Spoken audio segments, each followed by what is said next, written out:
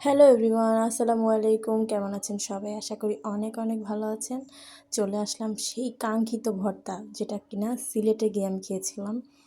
এত মজার ভর্তাটা, এত দিন অপেক্ষার পর সবগুলো ইনগ্রিডিয়েন্টস জোগাড় করার পর চলে আসলাম ভিডিও করতে। সো এখানে কাঁচা তেঁতুল, বড়ই, তারপরে কী বলে কাঁচা কলা, পেয়ারা, তারপর কাঁচা জলপাই, তারপর কাঁচামরিচ, ধনিয়া পাতা, কাসুন্দি অ্যান্ড চিনি আর লবণ।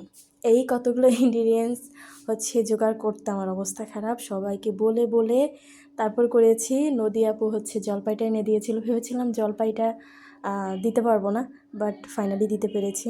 থ্যাংক ইউ নদী আপুকে। আর এখানে সবগুলো জিনিস আমি ছেঁচে নিয়েছি পাটাতে, যেহেতু ওরা বানিয়েছে ছেঁচনিতে, লোহার ছেঁচনিতে।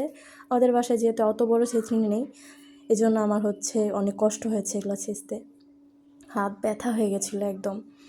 আর তার থেকেও বড় কথা, এই যে কাঁচা তেঁতুলটা, এটা বাজার থেকে কিনতে পারছিলাম না, তো আপু বাড়ি থেকে নিয়ে এসেছিলো। দেন ফাইনালি এই ভর্তাটাকে আমার বানাতে পুরো 1 ঘন্টা লেগেছে।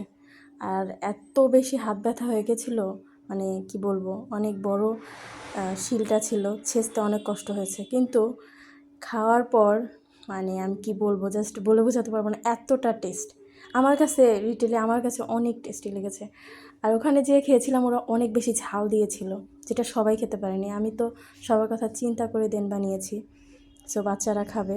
রায়া খেয়ে অনেক ভালো বলেছে আপনি ওইটার থেকেও বেশি ভালো হয়েছে এটা।